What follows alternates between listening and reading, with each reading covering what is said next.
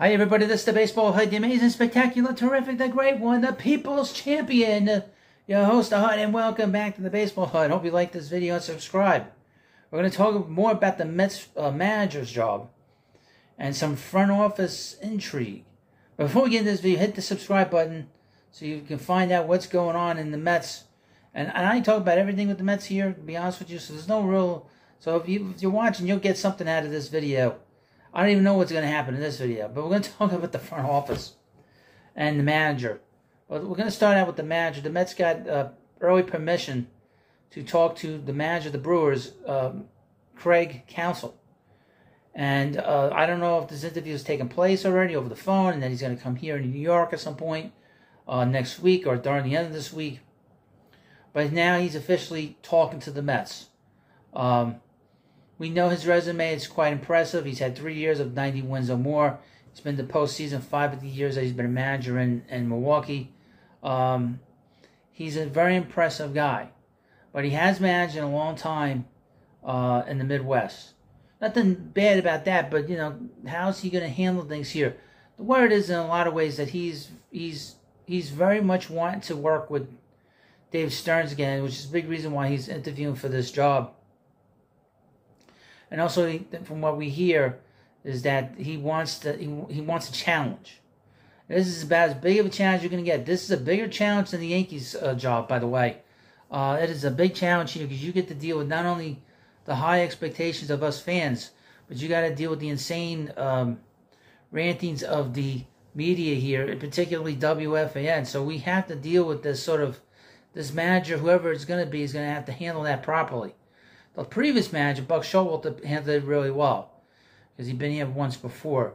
The previous managers did not handle it well. Specifically, Mickey Callaway. Remember Mickey Callaway he didn't know what was going on with the Mets, you know, with the lineup, but he was always texting these women so he can get a date. But we hope that Craig Counsell does not have that problem if he comes here. Like I said, Craig Counsell is a Midwest type of guy. He's been in the Midwest. He grew up in Wisconsin. He went to Notre Dame.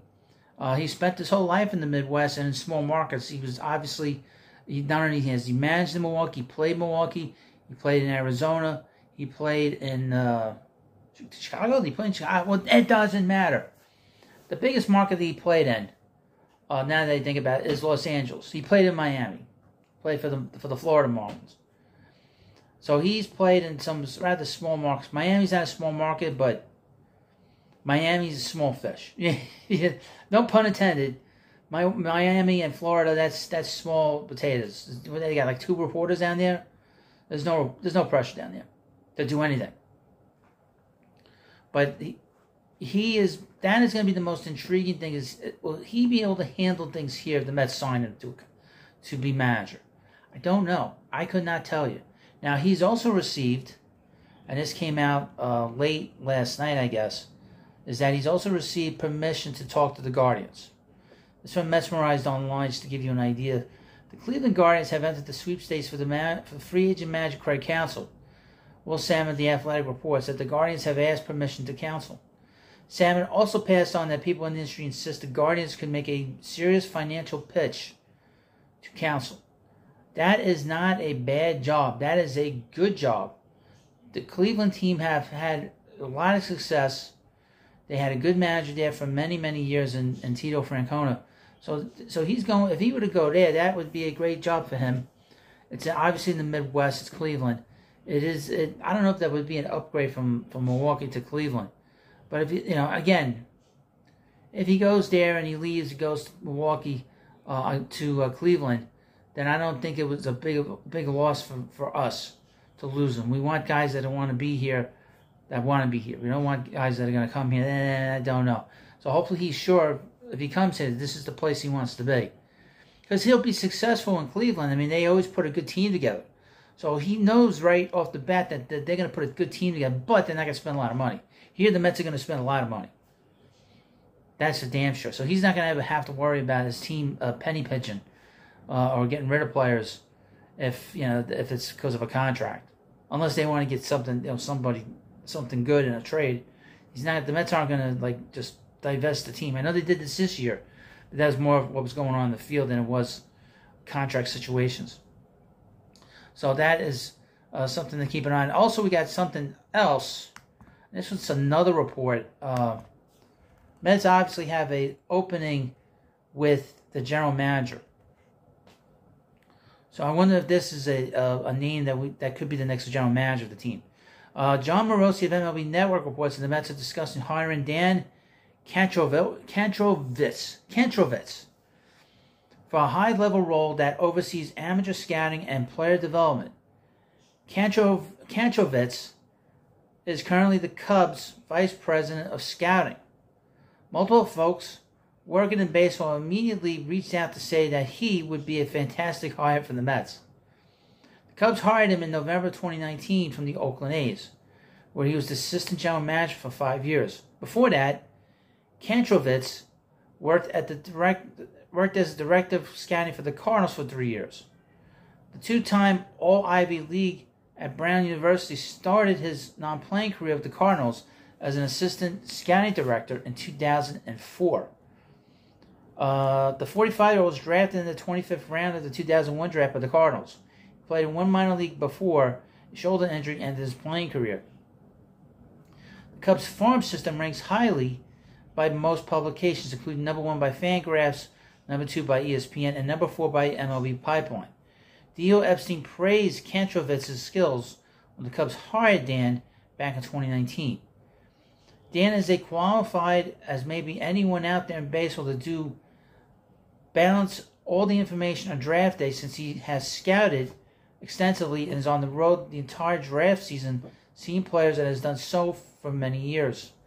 He also is one of the top quantitative analysts in the game as well.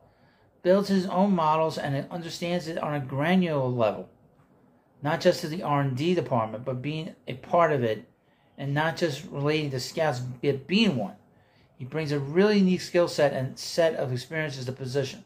Now, I don't know much about this guy,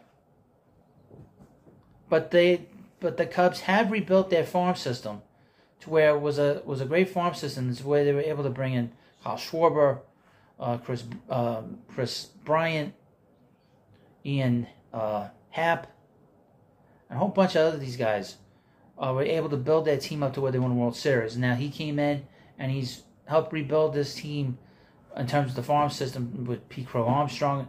Really done a good job of developing talent there in Chicago.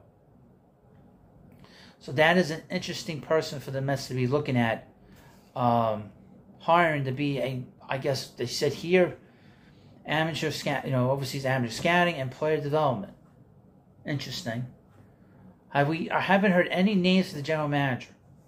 I wouldn't think they would name him general manager, but who knows? I don't know if there's a rush to hire the general manager. I don't know. I'll say this again, and I said this a couple of times. I really feel that they should hire a general manager than the manager. Just so you don't have to worry about all this nonsense about, they hired the manager, the general manager, there's tension. Just it makes it easier when you have a guy that's in place as well as, David Stearns, and is able to sort of mix and match what kind of names they want to talk to. But I think that's like the most prudent thing, that just hire the general manager and then bring in, the manager at some point. I would mention again, the Mets fired 4 scouts last week.